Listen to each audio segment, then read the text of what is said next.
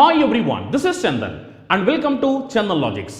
మన తెలుగు రాష్ట్రాల్లో గవర్నమెంట్ జాబ్స్కి ప్రిపేర్ అయ్యే ఆస్పిరెంట్స్ అందరికీ ఒక గుడ్ న్యూస్ అనమాట. అదేమిటంటే మన చందన్ లాజిక్స్ యాప్లో అన్ని కాంపిటేటివ్ ఎగ్జామినేషన్స్ దృష్టిలో పెట్టుకుని ఆన్లైన్ క్లాసెస్ స్టార్ట్ చేయడం జరిగింది. దీంట్లో మనం బ్యాంక్ ఎగ్జామ్కి సంబంధించి, ఎస్ఎస్సి ఎగ్జామ్ సంబంధించి, పోలీస్ మరియు కానిస్టేబుల్ జాబ్స్ సంబంధించి, రైల్వే ఎగ్జామినేషన్ సంబంధించి ఇలా అన్ని కాంపిటేటివ్ ఎగ్జామినేషన్ దృష్టిలో పెట్టుకుని ఆన్లైన్ క్లాసెస్ చెప్పడం జరుగుతుంది అనమాట. దీంట్లో మనం ప్రతి సబ్జెక్ట్ని చాలా క్లియర్గా డీటెయిల్గా డిస్కస్ చేయడం జరిగింది. అంటే సింపుల్గా మాట్లాడంటే రీసెంట్ ట్రెండ్కి తగ్గట్టు ఎలాంటి ప్యాటర్న్ ఆఫ్ క్వశ్చన్స్ వస్తున్నాయి, వాటిని మనం పక్కన వాళ్ళకన్నా యూనిక్గా స్మార్ట్గా ఎలా సాల్వ్ చేయాలి అనే దాన్ని ఫోకస్ చేస్తూ ప్రతి సబ్జెక్ట్ని చాలా క్లియర్గా డీటెయిల్గా డిస్కస్ చేయడం జరిగిందనమాట. సో మీలో ఎవరైనా ఇంట్రెస్టెడ్ క్యాండిడేట్స్ ఉంటే కనుక గూగుల్ ప్లే స్టోర్లోకి వెళ్ళి చందన్ లాజిక్స్ అని మన యాప్ ఉంటుంది, మన యాప్ని డౌన్లోడ్ చేసి మీరు కావాలనుకుంటే డెమో వీడియోస్ చూడొచ్చు. లేదు మీకు ఇంకేమైనా డౌట్స్ ఉన్నట్లయితే కనుక ఈ నెంబర్కి కాల్ చేస్తే వాళ్ళు మీకు కంప్లీట్ డీటెయిల్స్ చెప్తారు. Thank you, all the best. Hi everyone, welcome back to Chandan Logics. ఈరోజు మనం సెషన్లో 8th April current affairs discuss చేయబోతున్నాము. అండ్ యాజ్ వెల్ as మీకేంటంటే ఈవినింగ్ 4:30కి లైవ్ సెషన్కి రావడం జరుగుతుంది రిగార్డింగ్ కరెంట్ అఫైర్స్. సో ఒకసారి మీ ఫ్రెండ్స్కి షేర్ చేయండి. And as well as Telugu current అఫైర్స్కి సంబంధించి కూడా మేము లైవ్ సెషన్స్ని ప్లాన్ చేస్తున్నాము from next week. So share to your friends this information. And as well as even మీకు ఏంటంటే మేజర్గా ఈ ఇంటరాక్టివ్ సెషన్స్కి సంబంధించి అంటే లైవ్ సెషన్స్కి రావడం ఒక మెయిన్ ఉద్దేశం ఏంటి అంటే మీ యొక్క డౌట్స్ని మీరు సెషన్స్లోనే క్లారిఫై చేసుకునే ఒక గుడ్ ఆపర్చునిటీ అని మీరు అనుకోవచ్చు. And as well as even ఏంటంటే మీకు కాన్సెప్ట్ ఎక్స్ప్లెనేషన్ జరుగుతున్నప్పుడు కూడా మధ్యలో క్వశ్చన్స్ అనేది లైక్ విల్ బి రైజింగ్, అంతే కదా. సో డిస్క్రిప్టివ్ కాన్సెప్ట్స్లో కూడా క్వశ్చన్స్ రైజ్ చేస్తున్నప్పుడు ఒకవేళ మీకు ఆన్సర్ తెలిస్తే మీరు ఆన్సర్స్ మెన్షన్ చేయొచ్చు, లేదు అనుకున్నప్పుడు మీరు మీ డౌట్స్ని కూడా రేస్ చేసే ఒక ఆపర్చునిటీ అనేది మేము ఇక్కడ మీకు ప్రొవైడ్ చేస్తున్నాం. అండ్ మేజర్గా ఒక ఇంటరాక్టివ్ సెషన్గా మీతో ఇంటరాక్ట్ అవ్వడానికి ఈవెన్ మేము ఇక్కడ లైవ్ క్లాసెస్ని కూడా ప్లాన్ చేస్తున్నాము కరెంట్ అఫైర్స్కి సంబంధించి. సో జస్ట్ ఈ ఇన్ఫర్మేషన్ని మీ ఫ్రెండ్స్కి షేర్ చేయండి. And as well as even మీకు కరెంట్ అఫైర్స్ యొక్క పీడిఎఫ్స్ కావాలి అనుకున్నా కూడా టెలిగ్రామ్ ఛానల్లో జాయిన్ అవ్వండి. మీకు ఏంటంటే లింక్ అనేది ప్రొవైడ్ చేస్తున్నాము డిస్క్రిప్షన్లో. ఆ లింక్ని క్లిక్ చేస్తూ టెలిగ్రామ్ ఛానల్లో జాయిన్ అవ్వండి. సో దాట్ మీరు ఏంటంటే కరెంట్ అఫైర్ పీడిఎఫ్స్ని యాక్సెస్ చేసుకోవడానికి ఒక అవైలబిలిటీ అనేది ఉంది. అండ్ నౌ ఇప్పుడు మనం సెషన్ స్టార్ట్ చేసినట్లయితే డిస్క్రిప్టివ్ కాన్సెప్ట్స్ సెషన్ స్టార్ట్ చేస్తున్నాము. ఎండ్ ఆఫ్ ద సెషన్లో మీకు ప్రాక్టీస్ క్వశ్చన్స్ ఏవైతే ఇస్తున్నానో ఆ క్వశ్చన్స్ ఏంటంటే ప్రీవియస్ ఇయర్ క్వశ్చన్ పేపర్ని బేస్ చేసుకొని ప్రతి కాన్సెప్ట్ నుండి ఏ విధమైన ఫార్మాట్లో మిమ్మల్ని క్వశ్చన్స్ అడుగుతున్నారు అనే ఒక ఓవర్వ్యూ ఇవ్వడం కోసం. అంటే ప్రజెంట్గా ఈరోజు డిస్కస్ చేస్తున్న కాన్సెప్ట్సే కాకుండా ప్రీవియస్ పాస్ట్ 1 వీక్ నుండి మనం ఏవైతే కాన్సెప్ట్ డిస్కస్ చేశామో వాటి బేసిస్ పైన questions. And as well as even మీకు లైక్ డైనమిక్ పార్ట్ నుండి అంటే కరెంట్ అఫైర్స్ నుండే కాకుండా స్టాటిక్ పార్ట్ నుండి కూడా క్వశ్చన్స్ అడిగే ఛాన్సెస్ ఉంటాయి, అది మనకి తెలిసింది రైట్, జనరల్ అవేర్నెస్లో. సో ఈవెన్ స్టాటిక్ పార్ట్ నుండి కూడా మనల్ని కరెంట్ సినారియోని బేస్ చేసుకొని క్వశ్చన్స్ ఏ విధంగా అడుగుతున్నారు అండ్ ఈవెన్ మీకు ఏంటంటే క్వశ్చన్స్ ఏ విధంగా అడుగుతారు. అండ్ యాజ్ వెల్ as ఆ క్వశ్చన్స్ని కూడా డైరెక్ట్ మీకు ఇక్కడ అంటే మోస్ట్ ఎక్స్పెక్టెడ్ క్వశ్చన్స్ని కూడా క్లాసెస్లో డిస్కస్ చేయడం జరుగుతుంది. అండ్ ఇప్పుడు మనం సెషన్ స్టార్ట్ చేసినట్లయితే డిస్క్రిప్టివ్ కాన్సెప్ట్స్లో ఫస్ట్ నేషనల్ న్యూస్లో కవర్ చేయబోతున్నాము. సో ఇక్కడ ఏంటంటే ఇండియాకి సంబంధించిన అగ్రికల్చర్ ఎక్స్పోర్ట్స్ రిపోర్ట్ అనేది రీసెంట్గా రిలీజ్ చేశారు. సో ఇప్పుడు మనం వాటి గురించి డిస్కస్ చేస్తే ఇండియాస్ అగ్రికల్చర్ ఎక్స్పోర్ట్స్ ఇన్ 2021-22 ఇయర్స్కి సంబంధించి ఇక్కడ ఏంటంటే రీసెంట్గా విచ్ అంటే అగ్రికల్చర్ ఎక్స్పోర్ట్ ప్రోడక్ట్స్ అన్నారు. Even which includes the products of agriculture products and as well as including plantation and as well as marine ప్రోడక్ట్స్ని కూడా ఇందులోకి కన్సిడరేషన్లోకి తీసుకొని ఈ యొక్క రికార్డ్ ఎంత అని మనం వెళ్ళినట్లయితే which has touched a record of $50 billion అనమాట ఇండియా యొక్క ఎక్స్పోర్ట్స్ వచ్చేసి. అది కూడా ఏ సెక్టార్కి సంబంధించి అగ్రికల్చర్ ప్రోడక్ట్స్ ఎక్స్పోర్ట్స్ ఏవైతే ఉన్నాయో ఈ అగ్రికల్చర్ ఎక్స్పోర్ట్స్ యొక్క రికార్డ్ అనేది రీసెంట్గా చూసినట్లయితే ఇండియాకి సంబంధించి మనకేంటది $50 billion అనే రికార్డ్ని సృష్టించడం జరిగింది. అండ్ యాజ్ వెల్ as ఈ యొక్క రికార్డ్ అనేది ఏంటంటే ప్రీవియస్ ఇయర్తో కంపేర్ చేసుకుంటే మనకి మరి ఈసారి డిక్రీజ్ అయిందా ఇంక్రీజ్ అయ్యాయా అగ్రికల్చర్ ఎక్స్పోర్ట్స్ అనేవి ఇండియాలో అంటే ఇంక్రిమెంట్ అనేది ఉంది. ఇక్కడ మీరు చూసుకుంటే 20% ఇంక్రిమెంట్ అనేది ప్రీవియస్ లాస్ట్ ఇయర్తో కంపేర్ చేసుకుంటే దిస్ ఇస్ ద ఇంక్రిమెంట్ అనమాట. Last year agriculture export report ఏంటి అంటే $42 billion అనమాట. అండ్ ఈ ఇయర్ యొక్క రిపోర్ట్ వచ్చేసి మనకి $50.2 billion అనేది ప్రస్తుతం ఉన్న agriculture exports in India. And as well as మరి ఈ యొక్క ఇంక్రిమెంట్ ద్వారా అడ్వాంటేజెస్ ఏంటి, ఈ యొక్క ఇంక్రిమెంట్ ద్వారా అడ్వాంటేజెస్ వచ్చేసి this will be going to enhance the income of farmers of the country. అంటే ఇక్కడ అగ్రికల్చర్ ఎక్స్పోర్ట్స్ ఇంక్రీజ్ అవ్వడం ద్వారా ఫార్మర్స్ అనే వాళ్ళు ఇక్కడ వాళ్ళ income through they will be going to benefit. అర్థమైంది కదా. అండ్ దెన్ ఈవెన్ నెక్స్ట్ మనకేంటంటే అగ్రికల్చర్ ఎక్స్పోర్ట్స్ అన్నాం, ఈవెన్ దాంట్లో మరైన్ ప్రోడక్ట్స్ కూడా ఇంక్లూడ్ చేస్తాం, ప్లాంటేషన్స్ కూడా ఇంక్లూడ్ చేస్తాం. అండ్ ఏంటంటే అంటే ఏ ఐటమ్స్కి ఎక్కువగా ఎక్స్పోర్ట్ అనేది రావడం జరిగింది, ఈ అగ్రికల్చర్ ఎక్స్పోర్ట్ ఎలాంటి ఏరియాస్లో హై హిట్ అనేది జరిగింది అంటే మనకి ఇక్కడ హైయెస్ట్ ఎవర్ ఎక్స్పోర్ట్స్ అనేది రైస్, వీట్, షుగర్ ఇంకా అదర్ సిరల్స్కి సంబంధించి కూడా. మరి ఈచ్ అండ్ ఎవ్రీ కేటగిరీ గురించి మనం డీటెయిల్గా వెళ్ళినట్లయితే రైస్కి సంబంధించి $9.65 బిలియన్ అండ్ వీట్ ఏంటంటే $2.19 బిలియన్ ఎక్స్పోర్ట్స్ని రీచ్ అయింది ఇండియాలో. షుగర్ ఎక్స్పోర్ట్స్ వచ్చేసి $4.6 బిలియన్ అండ్ అదర్ సిరల్స్కి సంబంధించి మనకి $1.08 బిలియన్ అనేవి ఈ రీసెంట్గా హైయెస్ట్ ఎక్స్పోర్ట్స్గా అంటే అగ్రికల్చర్ ఎక్స్పోర్ట్స్గా మిగలడం జరిగింది. So this is all about ఇండియాకి సంబంధించి 2021-22 ఇయర్స్కి సంబంధించిన అగ్రికల్చర్ ఎక్స్పోర్ట్స్ అన్నమాట.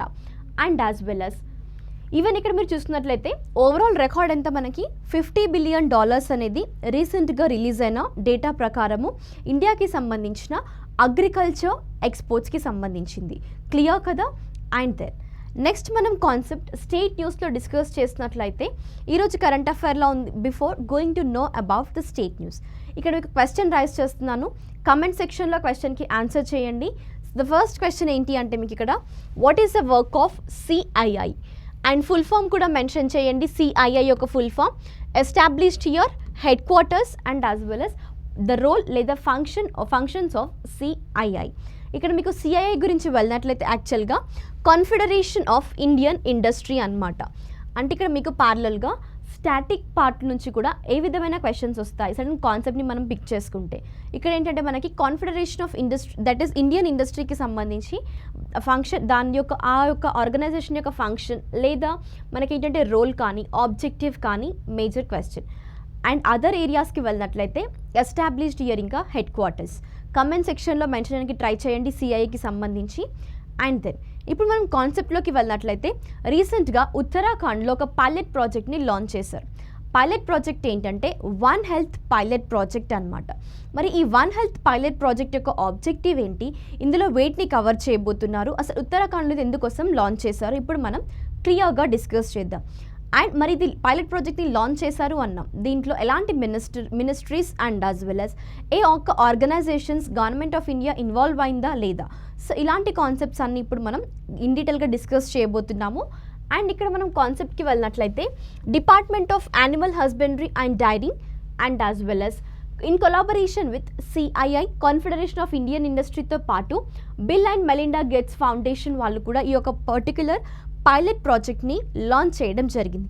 అంటే ఇక్కడ different ministries and different organizations collaborate అయిన తర్వాతే ఈ యొక్క పైలట్ ప్రాజెక్ట్ని ఉత్తరాఖండ్లో లాంచ్ చేయడం జరిగింది. ఆ పైలట్ ప్రాజెక్ట్ ఏంటి, వన్ హెల్త్ పైలట్ ప్రాజెక్ట్ అన్నమాట. ఈ వన్ హెల్త్ పైలట్ ప్రాజెక్ట్ ఉత్తరాఖండ్లో ఎందుకు లాంచ్ చేశారంటే this will be going to support one health support unit. అది కూడా మరి ఏ విధంగా అంటే ఒక ఫ్రేమ్ వర్క్ని లాంచ్ చేస్తూ అండ్ ఆ ఫ్రేమ్ వర్క్ని ఇంప్లిమెంట్ చేస్తున్నారు అంటే ఆ ఫ్రేమ్ వర్క్ యొక్క నేమ్ వచ్చేసి మనకి వన్ హెల్త్ ఫ్రేమ్ వర్క్ని ఈ యొక్క వన్ హెల్త్ సపోర్ట్ యూనిట్తో అంటే ఈ యొక్క వన్ హెల్త్ సపోర్ట్ యూనిట్ ద్వారా ఇంప్లిమెంట్ చేయబోతున్నారు. ఏంటది ఫ్రేమ్వర్క్, వన్ హెల్త్ ఫ్రేమ్వర్క్ అన్నమాట. మరి ఈ వన్ హెల్త్ ఫ్రేమ్వర్క్ అన్నాము right, as well as one health support unit అన్నారు, కానీ అసలు ఇది దేనికి సంబంధించి, హెల్త్ సెక్టర్ అని మీకు అర్థమైంది right concept చూడడంతోనే.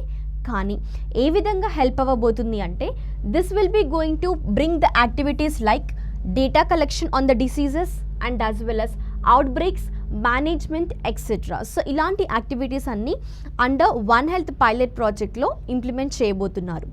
And as well as ఇందులో ఏంటంటే ఈవెన్ వర్కింగ్ ఏ విధంగా ఉంటుంది, ఈ వన్ హెల్త్ ఇండియా ప్రోగ్రామ్ ఏదైతే ఉందో so this will be going to work with various stakeholders from across various sectors. ఎందుకోసము, to improve human health, life stock health, environmental health, wildlife health and as well as through the usage of finance and as well as technology. ఇక్కడ మీరు చూడండి not only regarding human health, environment health, wildlife health, so ఇలా మనకి different అంటే ఓవరాల్గా planet హెల్త్ని improve చేయడానికి and as well as even consider చేసుకుని మనకి లైఫ్ స్టాక్ హెల్త్ని కూడా this is actually going to improve. అంటే ఇలా వేరియస్ సెక్టార్స్లో ఈ హెల్త్ ఇంప్రూవ్మెంట్కి సంబంధించి బెటర్మెంట్స్ కోసమే ఈ యొక్క పైలట్ ప్రాజెక్ట్ని ఉత్తరాఖండ్లో లాంచ్ చేయడం జరిగింది. And as well as major objective ఇక్కడ మనకి వన్ హెల్త్ సపోర్ట్ యూనిట్ అన్నాం. ఎందుకోసం అంటే ఈ వన్ హెల్త్ సపోర్ట్ యూనిట్ ద్వారా వన్ హెల్త్ రోడ్ మ్యాప్ని వాళ్ళు డెవలప్ చేయబోతున్నారు, which is based on the experience gained from the pilot projects implementation. So ఈ పైలట్ ప్రాజెక్ట్ ఇంప్లిమెంటేషన్ ద్వారా ఈ వన్ హెల్త్ సపోర్ట్ యూనిట్ని కూడా ఇంప్లిమెంట్ చేస్తున్నారు, because to develop one health road map అనమాట. And as well as framework ఏంటి మనకి one health framework. So consider చేస్తున్నట్లయితే ఇక్కడ వన్ హెల్త్ ఫ్రేమ్వర్క్ అనేది దేని ద్వారా ఇంప్లిమెంట్ చేయబోతున్నారు, వన్ హెల్త్ సపోర్ట్ యూనిట్ ద్వారా. మరి ఈ వన్ హెల్త్ సపోర్ట్ యూనిట్ అనేది ఎందుకోసం డెవలప్ చేస్తున్నారు, దీన్ని డెవలప్ చేసేది వన్ హెల్త్ రోడ్ మ్యాప్ కోసం. అర్థమైంది కదా. So this is all about one health pilot project అనేది రీసెంట్గా ఉత్తరాఖండ్లో లాంచ్ చేయడం జరిగింది. Is it clear? I hope that మీరు క్లియర్ విత్ ద కాన్సెప్ట్ అనేది. అండ్ దెన్ నేను ఇదివరకు మీకు క్వశ్చన్ కూడా రైజ్ చేశాను, అదేంటంటే సిఐఐకి సంబంధించి కాన్ఫెడరేషన్ ఆఫ్ ఇండియన్ ఇండస్ట్రీకి సంబంధించి established year 1895 and headquarters is it New Delhi. ఎవరైతే కమెంట్ సెక్షన్లో మెన్షన్ చేసారో జస్ట్ కరెక్ట్ చేసుకోండి మీ యొక్క ఆన్సర్స్ని. అండ్ సారీ, సిఐఐకి సంబంధించి ఇది యాక్చువల్గా non profit and non governmental organization. కానీ ఎలాంటి ఏరియాస్లో ఇది వర్క్ చేస్తుంది, దీని యొక్క రోల్ ఏంటి అంటే ఈ యొక్క ఆర్గనైజేషన్ అనేది ఒక అడ్వైజరీ అండ్ కన్సల్టేటివ్ డెవలపర్స్తో దీన్ని క్రియేట్ చేయడం జరిగింది. కన్ఫెడరేషన్ ఆఫ్ ఇండియన్ ఇండస్ట్రీ అన్నారు. ఇందులో డెవలపర్స్, అడ్వైజర్స్ కూడా ఇంక్లూడ్ అవ్వడం జరిగింది. అండ్ వాళ్ళు మరి ఏం చేయబోతున్నారు ఈ ఆర్గనైజేషన్లో అంటే they'll be going to achieve a conducive atmosphere for the growth of industry ఇంకా civil society in India. So this is the overall object. అంటే ఇండస్ట్రీ యొక్క గ్రోత్కి సంబంధించి ఈ యొక్క ఆర్గనైజేషన్ ద్వారా డెవలపర్స్ కానీ and as well as advisors కానీ they'll be going to meet అనమాట. సో అదే మనకి Confederation of Indian Industry. Is it clear? ఎప్పుడు ఎస్టాబ్లిష్ అయింది అది 1895లో. సివిల్ సొసైటీని డెవలప్ చేయడానికి ఇండియాలో and as well as industry యొక్క గ్రోత్ని కూడా డెవలప్ చేయడానికి ఈ యొక్క పర్టిక్యులర్ నాన్ గవర్నమెంట్ ఆర్గనైజేషన్ని ఎస్టాబ్లిష్ చేయడం జరిగింది. దెన్ నెక్స్ట్ కాన్సెప్ట్కి వెళ్ళినట్లయితే, స్టేట్ న్యూస్కి వెళ్ళినట్లయితే మనకి జార్ఖండ్కి సంబంధించిన కరెంట్ అఫైర్ ఉంది. మనకి ఇది స్టేట్ ఫెస్టివల్స్లో కూడా కవర్ అయ్యే ఛాన్సెస్ ఉంటాయి. అదేంటంటే సర్హుల్ ఫెస్టివల్ అనమాట. సర్హుల్ ఫెస్టివల్ అనేది జార్ఖండ్లో సెలబ్రేట్ చేయడం జరిగింది. అండ్ దెన్ మనం ఈ యొక్క ఫెస్టివల్ గురించి ఇన్ డీటెయిల్గా వెళ్ళినట్లయితే సాహర్ ఫెస్టివల్కి సంబంధించి ఈ యొక్క ఫెస్టివల్ అనేది this is the festival of new year celebrate in the state of Jharkhand. మనకి గుడి పడ్వా కానీ లైక్ ఉగాది కానీ ఇలా కొన్ని తెలుగు స్టేట్స్ కానీ నార్దర్న్ స్టేట్స్లో ఎలా న్యూ ఇయర్ సెలబ్రేషన్స్ ఉంటాయి కదా, ఇలా డిఫరెంట్ స్టేట్స్కి సంబంధించి వాళ్ళ యొక్క మెథాలజికల్ క్యాలెండర్స్ ప్రకారము they'll be celebrating the new year. And ఇక్కడ ఏంటంటే మనకి ఈ యొక్క జార్ఖండ్కి సంబంధించిన న్యూ ఇయర్ ఫెస్టివల్ అని మిమ్మల్ని క్వశ్చన్ రైజ్ చేస్తే మీ యొక్క ఆన్సర్ ఏమవ్వాలి, సర్హుల్ ఫెస్టివల్ అనేది జార్ఖండ్ యొక్క న్యూ ఇయర్ ఫెస్టివల్ అనమాట. ఈవెన్ మీరు ఇక్కడ ఇమేజ్ చూసుకుంటే వాళ్ళ కల్చర్ కానివ్వండి, ట్రెడిషన్స్ కానివ్వండి, అంటే లైక్ డిఫరెంట్ డాన్స్ ఫామ్స్ ఈ యొక్క ఫెస్టివల్కి వాళ్ళు రిచువల్స్ చేసేటప్పుడు they'll be going to perform through the various cultures and traditions. మనకి ఇండియా మనకి తెలిసిందే, India is rich for culture and traditions, right? And in the same వే ఇక్కడ మనకి ఏంటంటే జార్ఖండ్కి సంబంధించి ఈ సర్హుల్ ఫెస్టివల్లో కూడా they'll be going to perform through the different dance forms and as well as వాళ్ళ కల్చర్స్ని ఫాలో అవుతుంటారు. అండ్ ఇక్కడ మనకి ఏంటి అంటే పర్టికులర్గా జార్ఖండ్లో ఈ న్యూ ఇయర్ ఫెస్టివల్ అనేది ఏ కమ్యూనిటీ సెలబ్రేట్ చేసుకుంటుంది ఎక్కువగా అంటే ట్రైబల్ కమ్యూనిటీ ఎవరైతే ఉన్నారో జార్ఖండ్కి సంబంధించి. సో ఎగ్జాంపుల్ లైక్ ముండాస్ అని కూడా ఉంటారు మనకి జార్ఖండ్కి సంబంధించిన ట్రైబల్స్. సో ఈవెన్ ఆ ట్రైబల్ కమ్యూనిటీ వాళ్ళు సెలబ్రేట్ చేస్తూ ఎక్కువగా they'll be going to celebrate the festival అనమాట. ఏంటి ఆ festival? The festival call Sarhul festival. And then మనకేంటంటే న్యూ ఇయర్ అన్నాం. మరి ఇది యాక్చువల్గా హిందూ మంత్స్ ప్రకారం సెలబ్రేట్ చేసేది చైత్ర మంత్లో దీన్ని సెలబ్రేట్ చేస్తారు 3 days after the appearance of the new moon అనమాట. సో న్యూ మూన్ అపియర్ అయిన తర్వాత 3 daysకి ఈ యొక్క ఫెస్టివల్ని చైత్ర మంత్లో సెలబ్రేట్ చేస్తుంటారు. అదే ఏంటి festival? Sarhul festival. And then ఈ సర్హుల్ అనే వర్డ్ యాక్చువల్గా అంటే ఈ ఫెస్టివల్కి ఎలా కన్సిడర్ చేశారు అంటే మనం ఏమన్నాము, ట్రైబల్ కమ్యూనిటీ వాళ్ళు ఎక్కువగా సెలబ్రేట్ చేసుకుంటారు ఈ ఫెస్టివల్ అన్నాం. అంటే this is actually connected with the tree worship. ట్రీస్ని వాళ్ళు వర్షిప్ చేస్తుంటారు అనమాట ఈ యొక్క ఫెస్టివల్లో. అండ్ యాజ్ వెల్ as మనకేంటంటే this is the festival where nature is venerated.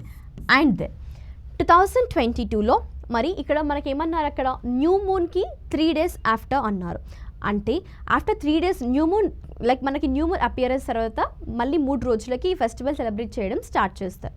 అంటే 2022లో ఈ న్యూ మూన్ అసలు ఎప్పుడు అక్కర్ అయింది, అది కూడా హిందూ మంత్ ప్రకారము చైత్ర మంత్లో ఏ రోజున సెలబ్రేట్ చేశారు అంటే 2022లో ఎప్పుడు జరిగింది అంటే ఈ ఫెస్టివల్ వచ్చేసి మనకి 4th April మండే రోజున ప్రీవియస్గా ఈ యొక్క ఫెస్టివల్ని జార్ఖండ్లో సెలబ్రేట్ చేయడం జరిగింది. అదే మనకి ఫెస్టివల్ ఏంటది, సర్హుల్ ఫెస్టివల్ అన్నమాట. అండ్ దెన్ ఈవెన్ ఇక్కడ మీకు జార్ఖండ్ యొక్క స్టాటిక్ పార్ట్ గురించి వెళ్ళినట్లయితే చీఫ్ మినిస్టర్ వచ్చేసి హేమంత్ సోరెన్ గారు, అండ్ దెన్ గవర్నర్ గురించి వెళ్ళినట్లయితే Ramesh Bais. Then moving to important days. మరి మనకి ఇంపార్టెంట్ డేస్లో ఈరోజు కరెంట్ అఫైర్లో ఉంది ఏంటంటే, మనం రీసెంట్గా డిస్కస్ చేసిన కాన్సెప్ట్కి ఇంటర్లింక్ చేసుకోండి, మీకు ఈజీగా గుర్తుంటాయి 2 to 3 కాన్సెప్ట్స్. బికాస్ మీకు ఎగ్జామినేషన్లో ఈరోజు కాన్సెప్ట్స్ ఈరోజు క్వశ్చన్స్ రైజ్ చేయరు కదా, మనకి past 1 year to 6 months, 6 months to 1 year మధ్యలో క్వశ్చన్స్ అనేది మనకి కరెంట్ అఫైర్స్ నుండి రైజ్ చేస్తారు ఎగ్జామినేషన్ బిఫోర్, రైట్? సో అందుకోసమే చెప్తున్నాను, past 6 to 1 month 1 year current affairs మీకు గుర్తుండాలి అంటే ప్రతిసారి మీకు రివిజన్ అనేది చాలా ఇంపార్టెంట్. మీరు ఎప్పుడైతే ఎన్ని టైమ్స్ రివిజన్ చేస్తారో that will be more benefit for you people. అర్థమైంది కదా? అండ్ ఇక్కడ ఏంటంటే మనకి ఈరోజు ఇంపార్టెంట్ డేలో ఉన్న కాన్సెప్ట్ వచ్చేసి వరల్డ్ హెల్త్ డే అనమాట.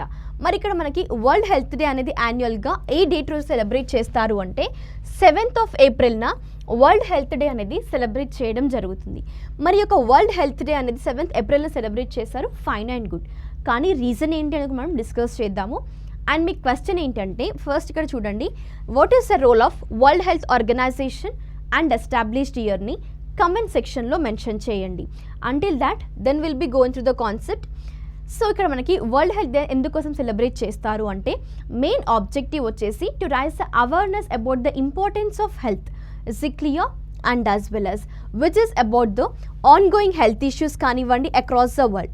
This day even also used as an opportunity to generate and spread the awareness about well-being and overall health of the people అన్నారు. బికాస్ మనం చూసుకున్నట్లయితే పాండమిక్ సిచ్యువేషన్ ఏ విధంగా వరల్డ్ని హిట్ చేసిందో కూడా మనకు తెలిసిందే. Different parts of the world Covid pandemic అనేది hit అయింది. అంటే ఎక్కువగా ఎఫెక్ట్ అయిన సెక్టార్ ఏంటి ఇక్కడ, హెల్త్ సెక్టార్ కదా. So even can consider here which is regarding the health sector. ఇక్కడ ఇంపార్టెంట్ డే ఏంటి మనకి, వరల్డ్ హెల్త్ డే అనేది April 7th every year celebrate చేస్తుంటారు. అండ్ ఇక్కడ మీరు గుర్తుపెట్టుకోవాల్సిన ఏరియా ఏంటంటే డేట్ 7th April.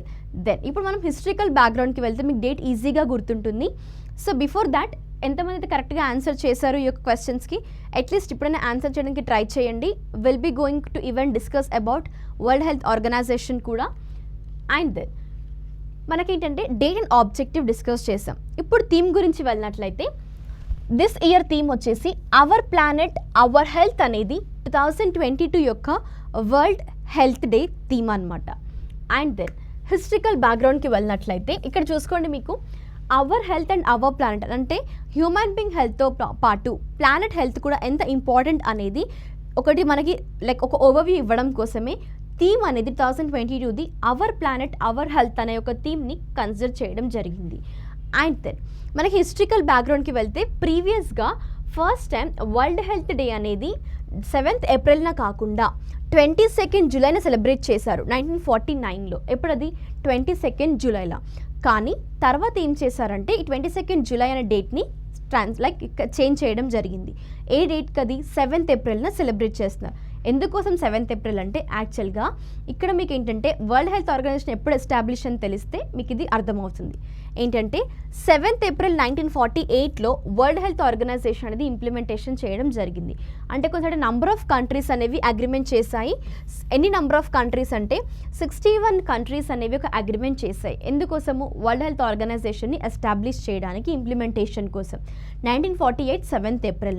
అంటే ఇక్కడ మనకి 7th April అనేది వరల్డ్ హెల్త్ డే అని కూడా అనుకోవచ్చు. And as well as anniversary of World Health Organization అని కూడా మనం చెప్పుకోవచ్చు, WHO అనమాట. అర్థమైంది కదా. అందుకోసమే ఇంకా లైక్ మనకి వరల్డ్ హెల్త్ ఆర్గనైజేషన్ కూడా ఆ రోజున ఎస్టాబ్లిష్ చేశారు కాబట్టి 7th April వాళ్ళు ఏంటంటే ఈ వరల్డ్ హెల్త్ డేగా కూడా కన్సిడర్ చేశారు. 22nd July నుండి 7th April చేంజ్ చేయడం జరిగిందనమాట. అంటే మరి ఫస్ట్ టైం 7th ఏప్రిల్ని ఎప్పుడు సెలబ్రేట్ చేశారు అంటే 1950లో సెలబ్రేట్ చేయడం స్టార్ట్ చేశారు. ఏంటది ఫస్ట్ టైం 7th ఏప్రిల్.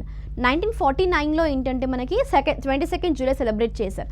కానీ దాని తర్వాత ఇంకా స్టూడెంట్స్ కూడా ఎక్కువ ఇంక్రిమెంట్ అవ్వాలి అన్న ఒక ఉద్దేశంతో, అంటే ఈ యొక్క సెలబ్రేషన్స్లో స్టూడెంట్స్ కూడా ఇంక్లూడ్ అవ్వాలన్న ఉద్దేశంతో ఇంకా ఏప్రిల్లో ఏంటంటే మనకి సెలబ్రేట్ చేయడం స్టార్ట్ చేశారు.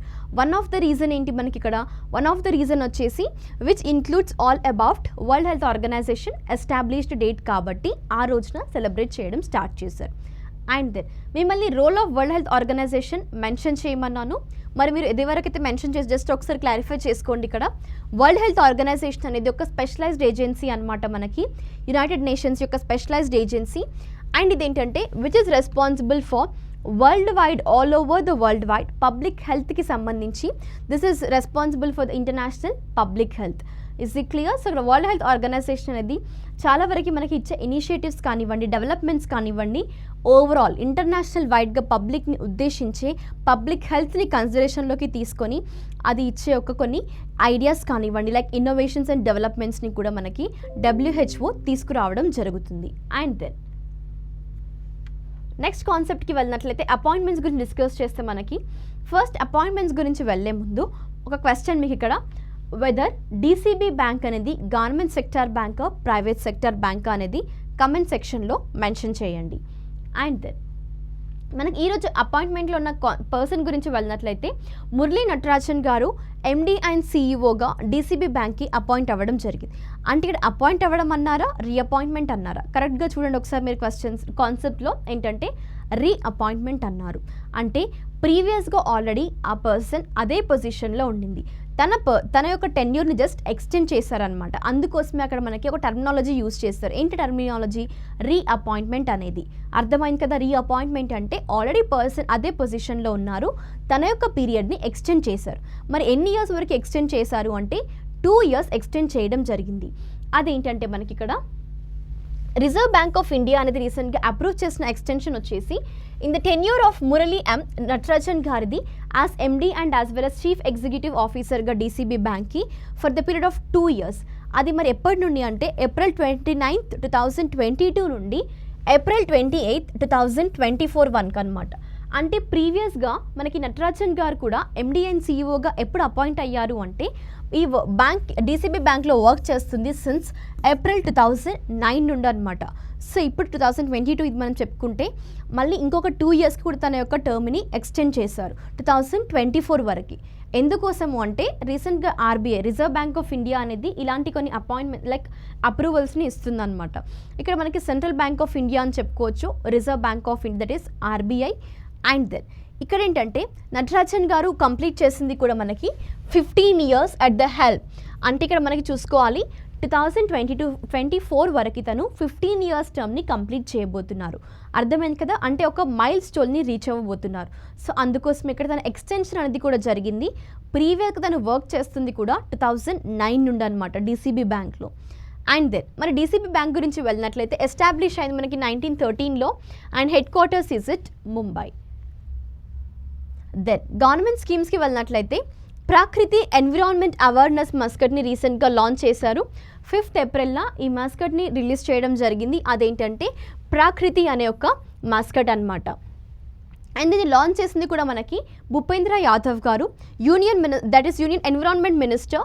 అండ్ యాజ్ వెల్ as ఇందులో మెయిన్ రోల్ ప్లే చేసింది కూడా CPCB central pollution control board కూడా ఈ యొక్క మస్కట్ని రిలీజ్ చేయడంలో ఇంపార్టెంట్ రోల్ అనేది ప్లే చేసింది.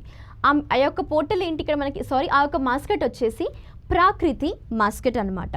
అండ్ ఇక్కడ ఏంటంటే ఎందుకోసం ఈ మాస్కట్ని లాంచ్ చేశారు అంటే ఒక అవేర్నెస్ని స్ప్రెడ్ చేయడానికి with objective to spread the awareness regarding among the people of the country and which is regarding about the small changes they should contribute to a better environment for the nations future generations. అంటే ఇక్కడ మనకి future generation సంబంధించిన ఈ యొక్క ఎన్విరాన్మెంట్కి సంబంధించి ఒక awareness వాళ్ళకి create చేయడం కోసం కొన్ని చేంజెస్ తీసుకురావాలి. అంటే ఈవెన్ పొల్యూషన్ కూడా మనకి రైస్ అవుతుంది. సో ఇలాంటి ఒక పొల్యూషన్ని కూడా డిక్రీజ్ చేయాలి. లైక్ సపోజ్ ఎయిర్ పొల్యూషన్ అన్నాం, యూసేజ్ ఆఫ్ ప్లాస్టిక్ అన్నాం. సో ఇలాంటివి డిక్రీజ్ అవ్వడం కోసం మేజర్గా ఈ ప్రాకృత్ అనే ఒక మనకి బాస్కెట్ని కూడా రిలీజ్ చేసింది ఎందుకోసము అంటే గ్రీన్ ఇనిషియేటివ్స్ అనమాట. దేన్ని ఉద్దేశించి అంటే ప్లాస్టిక్ వేస్ట్ మేనేజ్మెంట్కి సంబంధించి ఒక గ్రీన్ ఇనిషియేటివ్స్కి ఒక స్టెప్ ఫార్వర్డ్ వేస్తూ ఈ యొక్క మాస్కెట్ని రిలీజ్ చేశారు. అండ్ ఏంటంటే మనకి గుర్తుపెట్టుకోండి, ఇక్కడ ఈ లాంచ్ ఆఫ్ మాస్కెట్ ప్రాకృతి అనేది ఒక another step towards the elimination of single use plastic. ఏంటది? SUP, సింగిల్ యూస్ ప్లాస్టిక్ అన్నమాట. అండ్ యాజ్ వెల్ as కంట్రీలో ఏంటంటే ఇప్పటి వరకు మనకి చూసుకున్న యాన్యువల్గా కూడా every year nearly 3.5 million tons of plastic waste అనేది జనరేట్ అవుతుంది ఇండియాలో. సో ఈవెన్ ఇలా యొక్క సింగిల్ యూస్ ప్లాస్టిక్ వేస్ట్ మేనేజ్మెంట్ని కన్సిడర్ చేసుకుంటూనే ఈ ప్రాకృతి అనే ఒక మాస్కెట్ని రీసెంట్గా లాంచ్ చేయడం జరిగింది. So this is all about Prakriti mascot. And even మీరు ఏంటంటే కమెంట్ సెక్షన్లో మెన్షన్ చేయండి. ప్రీవియస్గా కూడా ఆల్రెడీ మనకు డిస్కస్ చేసాము కొన్ని మాస్కెట్ గురించి, లైక్ స్పోర్ట్స్కి సంబంధించి.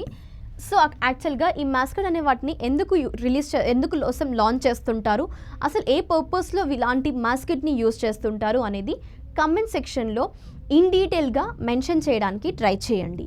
And then everyone get ready to answer for the questions. So ఇప్పటివరకు కూడా మనం ఆల్రెడీ డిస్క్రిప్టివ్ సెషన్లో కూడా డిస్కస్ చేసాము. అండ్ ఇక్కడ ఏంటంటే ఈవెన్ మీరు ప్రాక్టీస్ క్వశ్చన్స్ని కాన్సన్ట్రేట్ చేస్తుండండి. ఇక్కడ ఉన్న క్వశ్చన్ ఏంటంటే first one, the first ever road project made out of waste steel అనేది రీసెంట్గా ఏ సిటీలో బిల్డప్ చేశారు. ఇదేంటంటే స్టీల్ వేస్ట్ అంటే మనకి ఎవ్రీ ఇయర్ ఇండియాలో మనం ఇందాక డిస్కస్ చేసినట్టు ప్లాస్టిక్ వేస్ట్కి సంబంధించి సేమ్ వేలో స్టీల్ వేస్ట్ కూడా ఇండస్ట్రీస్ నుంచి మనకి ఎక్కువగా జనరేట్ అవుతుంది. సో దాన్ని ఒక ప్రాపర్ వేలో యూటిలైజ్ చేసుకునే విధంగా ఈవెన్ రోడ్స్ని కూడా కన్స్ట్రక్ట్ చేశారు. ఈ రోడ్ ప్రాజెక్ట్ అనేది ఫస్ట్ టైం ఏ సిటీలో ఇనాగరేట్ చేశారు అంటే ఆప్షన్స్లోకి వెళ్ళినట్లయితే హైదరాబాద్, గురుగ్రామ్, సూరత్ లేదా జంషెద్పూర్. జస్ట్ రివైజ్ చేయండి కాన్సెప్ట్ని. ఆల్రెడీ మనం డిస్కస్ చేసిన కాన్సెప్ట్సే ఇలా మళ్ళీ క్వశ్చన్ని కూడా మనం డిస్కస్ చేసాం ఆల్రెడీ. సో మళ్ళీ ద సేమ్ క్వశ్చన్స్ మీకు రివిజన్ చేస్తున్నాం కాబట్టి ఫోకస్ చేస్తుండండి, రాంగ్ ఆన్సర్స్ని మెన్షన్ చేయకండి. అలా మెన్షన్ చేస్తే అసలు మీరు ఏంటంటే కరెంట్ అఫైర్స్ని అసలు ఇలా డైలీ కవర్ చేయాల్సిన అవసరం కూడా లేదు. బికాస్ మనకేంటంటే ఎప్పటికైనా ఎగ్జామినేషన్స్లో 6 to 1 year బ్యాక్ క్వశ్చన్స్ అడుగుతుంటారు. అంటే మీకు ఎవ్రీ మంత్ రివిజన్ అవుతూ ఉండాలి. సో గుర్తుపెట్టుకోండి, ఆన్సర్స్ని ఎగ్జాక్ట్గా మెన్షన్ చేయడానికి ట్రై చేయండి, రాంగ్ ఆన్సర్స్ కాకుండా. సరే, మనకి ఆప్షన్స్లోకి వెళ్తే ఆన్సర్ వచ్చేసి ఆప్షన్ సి అనమాట, సూరత్. గుజరాత్కి సంబంధించిన సూరత్ సిటీలో రీసెంట్గా ఈ యొక్క ఫస్ట్ రోడ్ ప్రాజెక్ట్ అంటే అది కూడా స్టీల్తో చేసిన రోడ్స్ ఏవైతే ఉన్నాయో సో వాటిని లాంచ్ చేయడం జరిగింది. అండ్ దెన్ నెక్స్ట్ క్వశ్చన్కి వెళ్ళినట్లయితే, who has been appointed for the new chairman of BARC, Broadcast Audience Research Council of ఇండియాకి సంబంధించి రీసెంట్గా న్యూ చైర్మన్ అపాయింట్ అయ్యారు. ఆ పర్సన్ నేమ్ గురించి వెళ్ళినట్లయితే Nakul Chopra, Shashi Sinha, Puneet Goenka or Vinod G Khandare. And then ఇక్కడ మీరు కమెంట్ సెక్షన్లో మెన్షన్ చేయడానికి ట్రై చేయండి బార్కి సంబంధించిన కొంత information, established year and head క్వార్టర్స్కి సంబంధించి. ఇఫ్ పాసిబుల్ ఆబ్జెక్టివ్ని కూడా మెన్షన్ చేయడానికి ట్రై చేయండి, ఏంటది బార్కి సంబంధించి. బికాజ్ ఆల్రెడీ నేను మీకు ప్రీవియస్ సెషన్స్లో మనం డిస్కస్ చేస్తున్నప్పుడు నేను డీటెయిల్గా బార్ గురించి ఎక్స్ప్లెయిన్ చేయడం జరిగింది. సో ఒకసారి మీరు రివైజ్ చేసుకోండి. ఒకవేళ మీకు కాన్సెప్ట్ ఐడియా లేకపోతే ఈరోజు క్లాస్ అయిన తర్వాత అయినా ఆ కాన్సెప్ట్ ద్వారా వెళ్ళిన తర్వాత అట్లీస్ట్ మీరు కమెంట్ సెక్షన్లో ఈ యొక్క ఆన్సర్ని మెన్షన్ చేయడానికి ట్రై చేయండి. స్టిల్ మీకు డౌట్ ఉన్నట్లయితే నెక్స్ట్ సెషన్లో బార్కి సంబంధించి డౌట్ రైజ్ చేయడానికి ట్రై చేయండి. మీరు ఎవరైతే డౌట్స్ రైజ్ చేస్తున్నారో so will be going to clarify all your doubts. And then ఆన్సర్కి వెళ్ళినట్లయితే ఇక్కడ మనకి ఆప్షన్ బి అనమాట, శశి సిన్హా గారు రీసెంట్గా అపాయింట్ అవ్వడం జరిగింది. And then who has been recently authored the new book title Decoding Indian Babudom అన్నాం. ప్రీవియస్ సెషన్లో మనం డిస్కస్ చేసాము ఈ బాబుడమ్ అనే కాన్సెప్ట్ని. బాబుడమ్ అంటే బ్యూరోక్రసీ సిస్టమ్ ఇన్ ఇండియా అనమాట. సో ఇండియాలో common man point of view నుండి ఆలోచించి బ్యూరోక్రటిక్ సిస్టమ్ ఆఫ్ ఇండియాని ఏ విధంగా డెవలప్ చేయాలి అంటూ ఈవెన్ ఆథర్ ఒక 15 సూత్రాస్, ఒక మంత్రాస్ని కూడా మనకి ఈవెన్ అడ్వైస్ చేయడం జరిగింది. ఆల్రెడీ కాన్సెప్ట్ని మనం జస్ట్ నిన్నటి సెక్షన్లో డిస్కస్ చేసాము. ఆన్సర్ చేయండి ఆథర్ ఎవరు అనేది ఈ బుక్కి, డీకోడింగ్ ఇండియన్ బాబుడమ్ అనేది. ఆప్షన్స్కి వెళ్ళినట్లయితే అమితావ కుమార్, మిథిలేష్ తివారీ, రత్నాకర్ శెట్టి ఆర్ఎల్స్ అశ్విని శ్రీవత్సవ గారు. సో ఈవెన్ నేను మీకు ప్రీవియస్ డిస్కస్ చేసినప్పుడు ఆథర్ జర్నలిస్ట్ అని కూడా డిస్కస్ చేశాను. అట్లీస్ట్ మీకు ఇలాంటి కొన్ని టెర్మినాలజీస్ బేస్ చేసుకొని ఆన్సర్స్ని గుర్తుపెట్టుకోవడానికి ట్రై చేయండి. ఇక్కడ మీ యొక్క ఆన్సర్ ఏంటి జస్ట్ ఒకసారి క్లియర్గా వెళ్ళండి ఈచ్ అండ్ ఎవ్రీ ఆప్షన్ ద్వారా. ఆప్షన్ డి అనేది మీ యొక్క ఆన్సర్. ఏంటది? అశ్విని శ్రీవత్సవ గారు ఈ యొక్క బుక్ని ఆథర్ చేయడం జరిగింది. అండ్ ఇందులో మనకి ఒక 15 మంత్రాస్ని కూడా తను అడ్వైస్ చేశారు. అంటే అడ్మినిస్ట్రేషన్ కానీ గవర్నెన్స్ కానీ ఇండియాలో ఇంకా ఏ విధంగా బెటర్మెంట్కి రావాలి అన్న ఒక ఉద్దేశంతో. అర్థమైంది కదా. అండ్ దెన్ నెక్స్ట్ క్వశ్చన్కి వెళ్ళినట్లయితే గాంగర్ ఫెస్టివల్ అనేది రీసెంట్గా ఏ ఒక్క స్టేట్లో సెలబ్రేట్ చేయడం జరిగింది. మనకేంటంటే ఒకటే పర్టికులర్ స్టేట్ కాకుండా ఇండియాలో మెనీ అదర్ స్టేట్స్ కూడా ఈ యొక్క ఫెస్టివల్ని సెలబ్రేట్ చేసుకుంటాయి అని డిస్కస్ చేశాం. ఆ లిస్ట్ ఆఫ్ స్టేట్స్ని కూడా నేను మీకు ప్రొవైడ్ చేశాను. ఇక్కడ ఒకసారి చూడండి, మీకు క్వశ్చన్స్ ఈ విధంగా కూడా అడుగుతారు. డైరెక్ట్ ఒకే స్టేట్ నేమ్ కాకుండా నంబర్ ఆఫ్ స్టేట్స్ ఉన్నప్పుడు మనకి క్వశ్చన్ డిఫరెంట్గా రైజ్ అవుతాయి. కొన్నిసార్లు అసలు మీరు ఎక్స్పెక్ట్ చేయరు. మీరు ఏంటంటే కొన్నిసార్లు ఆన్సర్స్ని లైక్ బ్లైండ్గా నన్ ఆఫ్ ద అబవ్ కానీ ఆల్ ఆఫ్ ద ఇలాంటివి లైక్ ఆన్సర్ చేస్తుంటారు. కానీ అవి ఏంటంటే సడన్ ఏరియాస్లో వర్కౌట్ అవుతాయి, కొన్ని ఏరియాస్లో వర్కౌట్ అవ్వవు. సో అందుకోసమే మీరు కాన్సెప్ట్ని డీటెయిల్గా చదవండి. ఎప్పుడు కానీ కాన్సెప్ట్ డీటెయిల్గా గుర్తుపెట్టుకోండి. ఏవైనా ఓన్ ట్రిక్స్ని ఫ్రేమ్ చేసుకోండి. అలాంటప్పుడే మీరు ఏంటంటే క్వశ్చన్ ఏ విధంగా అడిగినా మీరు ఆన్సర్ చేసే క్యాపబిలిటీ అనేది ఇంక్రీజ్ చేసుకోవడానికి ఈ యొక్క ప్రిపరేషన్ టైంని కరెక్ట్గా యూటిలైజ్ చేసుకోండి. ఈవెన్ లైవ్ సెషన్స్లో కూడా నేను మీకు వస్తుంటాను. సో దాట్ ఏంటంటే అప్పుడు మీరు ఇంటరాక్ట్ అవ్వచ్చు మాతో. You can raise your doubts అనమాట. అండ్ ఈవెన్ మీ క్వశ్చన్స్ ఎక్స్ప్లెనేషన్ కూడా in the same way will be continuing in our live sessions two.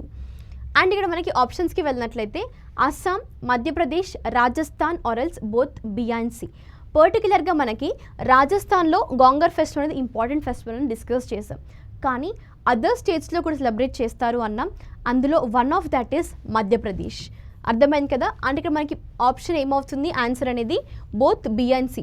రాజస్థాన్లో అండ్ యాజ్ వెల్ as మధ్యప్రదేశ్లో కూడా గాంగర్ ఫెస్టివల్ని సెలబ్రేట్ చేయడం జరుగుతుంది. కానీ ఎక్కువగా సెలబ్రేట్ చేసేది రాజస్థాన్లో. ఒకవేళ మీకు ఆప్షన్స్లో మధ్యప్రదేశ్ లేనట్లయితే డైరెక్ట్గా మీరు రాజస్థాన్ని చూస్ చేసుకోవచ్చు. అర్థమైంది కదా. ఇండైరెక్ట్ వేలో కూడా క్వశ్చన్స్ అడుగుతుంటారు. సో కాన్సన్ట్రేట్ చేయండి. అండ్ దెన్ ఎర్త్ డే అనేది ఎవ్రీ ఇయర్ ఏ డేట్ రోజున మార్క్ చేస్తుంటారు అనేది క్వశ్చన్. కాన్సన్ట్రేట్ చేయండి. ఇక్కడ ఎవ్రీ ఇయర్ అన్నారు. ఒకవేళ మిమ్మల్ని సపరేట్గా 2022 అని అన్నప్పుడు మీరు డేట్ మెన్షన్ చేయాలి. కానీ ఎవ్రీ ఇయర్ అని అన్నప్పుడు ఎర్త్ అవర్కి యాక్చువల్ ఈ యొక్క డేకి డిఫరెంట్గా ఉంటుంది. బేసికల్గా అయితే మిమ్మల్ని అడిగిన క్వశ్చన్ ఏంటి అంటే ఎవ్రీ ఇయర్ అన్నారు. సో స్టాండర్డ్ది గుర్తుపెట్టుకోండి. ఒకసారి ఆప్షన్స్కి వెళ్తే ఆల్రెడీ డిస్కస్ చేసిన కాన్సెప్టే రివైజ్ చేయండి. రివైజ్ చేసిన కమెంట్ సెక్షన్లో ఆన్సర్ మెన్షన్ చేయండి. ఇక్కడ ఏంటంటే last Sunday off March 26th, March 25th, March 28th లేదా లాస్ట్ సాటర్డే ఆఫ్ మార్చ్. యాక్చువల్గా 2022లో మార్చ్ 26th సెలబ్రేట్ చేయడం జరిగింది. కానీ ఎవ్రీ ఇయర్ ఎప్పుడు సెలబ్రేట్ చేస్తారు ఎర్త్ డేని అంటే మనకి ఇక్కడ వెళ్ళినట్లయితే లాస్ట్ సాటర్డే ఆఫ్ మార్చ్ అనమాట. ఆప్షన్ ఈ అనేది మీ యొక్క correct answer. Last Saturday of మార్చ్ని ఎర్త్ డేని కన్సిడర్ చేస్తారు. ఈ ఎర్త్ అంటే ఏంటో కూడా డిస్కస్ చేసాము. మీకు ఎంతవరకు అయితే ఐడియా ఉందో ఒకసారి కమెంట్ సెక్షన్లో నాకు మెన్షన్ చేయండి ఎర్త్ అంటే ఏంటి అనేది. నెక్స్ట్ క్వశ్చన్కి వెళ్ళినట్లయితే రీసెంట్గా మనం బాబు జగ్జీవన్ రామ్ గారి యొక్క బర్త్ యానివర్సరీ గురించి డిస్కస్ చేసాము సెషన్లో. అది కూడా ఏప్రిల్ 5th అనేది. కానీ ఇక్కడ ఏంటంటే మీకు క్వశ్చన్ వచ్చేసి జగ్జీవన్ రామ్ గారి పాపులర్గా తనని ఏ నేమ్తో పిలుస్తుంటారు అనేది, రైట్.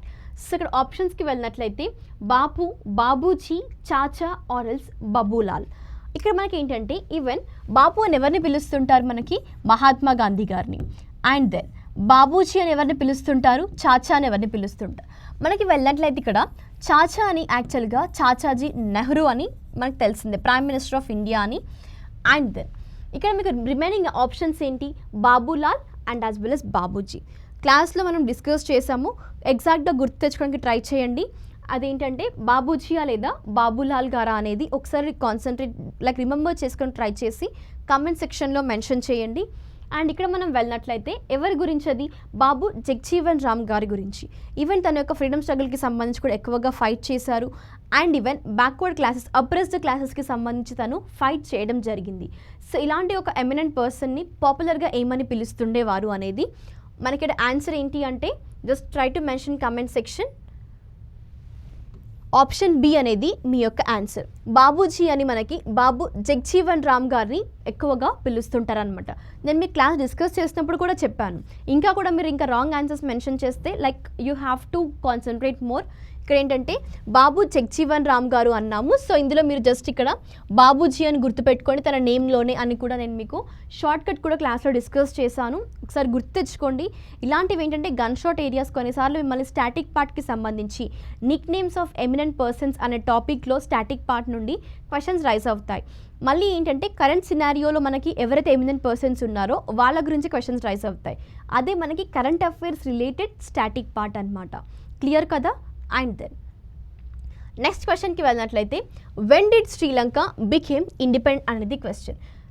అండ్ ఇక్కడ ఏంటంటే శ్రీలంక గురించి ఎందుకు క్వశ్చన్ రైజ్ చేశాను స్టాటిక్ పార్ట్ నుండి అంటే మనకి ప్రస్తుతం ఉన్న కాన్సెప్ట్ ఏంటి, శ్రీలంకలో మనకి ఎకనామిక్ క్రైసిస్ అనేది ఏర్పడింది. సో పబ్లిక్ ఎమర్జెన్సీని అనౌన్స్ చేశారు శ్రీలంక యొక్క ప్రెసిడెంట్. అండ్ ఈ విధంగా క్వశ్చన్స్ రిలేటెడ్ స్టాటిక్ పార్ట్ అడుగుతుంటారు. అంటే ఈవెన్ ప్రతిసారి మిమ్మల్ని ఎస్టాబ్లిష్డ్ ఇయర్, హెడ్ క్వార్టర్స్ ఇలా కొన్ని కాకుండా కొన్నిసార్లు ఈవెన్ క్యాపిటల్ కరెన్సీ లైక్ ఇలాంటివే కాకుండా కూడా మిమ్మల్ని అడిగే ఛాన్సెస్ ఉంటాయి. ఇలాంటి కొంత హిస్టరికల్ బ్యాక్గ్రౌండ్ సంబంధించిన కంట్రీస్ గురించి. శ్రీలంక యొక్క ఇండిపెండెన్స్ వచ్చిన ఇయర్ ఏంటి అనేది క్వశ్చన్. ఆప్షన్స్కి వెళ్ళినట్లయితే 4th February of 1948, 30 June of 1942, 4th July of 1956 లేదా 2nd December of 1971. ఇండియాకి ఇండిపెండెన్స్ వచ్చినాక నెక్స్ట్ ఇయరే శ్రీలంకకి ఇండిపెండెన్స్ అనేది వచ్చింది. ఎప్పుడంటే అది 1948 అనమాట. 4th February 1948లో శ్రీలంకకి ఇండిపెండెన్స్ రావడం జరిగింది. అండ్ దెన్ నెక్స్ట్ క్వశ్చన్కి వెళ్ళినట్లయితే యాక్చువల్గా ఫీఫా ఫుట్బాల్ వరల్డ్ కప్ అనేది ఎవ్రీ ఇయర్ ఎన్నిసార్లకు ఒకసారి జరుగుతుంది, ఎన్ని ఇయర్స్కి ఒకసారి జరుగుతుంది అనేది క్వశ్చన్ అనమాట. బికాస్ ఎందుకోసం అంటే రీసెంట్గా ఫీఫా ఫుట్బాల్ వరల్డ్ కప్కి 36 years ఆఫ్ వెయిట్ తర్వాత కంట్రీ అనేది రీసెంట్గా క్వాలిఫై అవ్వడం జరిగింది. మనం డిస్కస్ చేసిన కాన్సెప్టే. సో అందుకోసమే ఆ విధంగా కూడా స్టాటిక్ పార్ట్ అడుగుతుంటారు. అంటే ఇక్కడ చూడండి ఒకసారి ఆప్షన్స్కి వెళ్ళినట్లయితే 2, 3, 4 or 5. యూజువల్గా గుర్తుపెట్టుకోండి FIFA world cup that is regarding football world cup అనేది వన్స్ ఇన్ ఎవ్రీ 4 years జరుగుతుంది. ఎన్ని ఇయర్స్కి ఒకసారి జరుగుతుంది? అది 4 yearsకి ఒక్కసారి మనకి ఫీఫా ఫుట్బాల్ వరల్డ్ కప్ అనేది ప్లేస్ చేసుకోవడం జరుగుతుంది. అండ్ రీసెంట్గా మనం డిస్కస్ చేసాము కరెంట్ అఫైర్స్ సంబంధించి కూడా ఈ ఫుట్బాల్ వరల్డ్ కప్కి సంబంధించి 36 years ఆఫ్ వెయిట్ తర్వాత ఒక కంట్రీ అనేది రికగ్నైజ్ లైక్ క్వాలిఫై అవ్వడం జరిగింది అని. ఆ కంట్రీ నేమ్ ఏంటో కూడా నాకు కమెంట్ సెక్షన్లో మెన్షన్ చేయండి ప్యారలల్గా. ఏంటంటే ఇప్పుడు కానీ గుర్తుపెట్టుకోండి లైక్ కరెంట్ అఫైర్ కాన్సెప్ట్స్ని స్టాటిక్ పార్ట్స్ని కూడా రిలేట్ చేసుకుంటూ చదవడానికి ట్రై చేయండి. మ్యాక్సిమం మీరు క్లాసెస్ని ఫాలో అవ్వండి. మీకు సెషన్స్లోనే ప్రతి క్వశ్చన్ ప్రతి కాన్సెప్ట్ని ఇలా ఇన్ డీటెయిల్గా కవర్ చేస్తుంటాం. Is clear? And even further మేము మీకు లైవ్ సెషన్స్లో కూడా రావడం జరుగుతుంది. ఆల్రెడీ ఏంటంటే ఇంగ్లీష్ కరెంట్ అఫైర్స్ సంబంధించి లైవ్ సెషన్స్లోకి వస్తున్నాము. మీ ఫ్రెండ్స్కి కూడా షేర్ చేయడానికి ట్రై చేయండి ఈ యొక్క ఇన్ఫర్మేషన్ని so that you all can join through our live sessions. With this, we have done with our session. Thank you everyone. We'll be meeting in our next session with some other concepts. Until then, stay tuned, stay safe and stay home.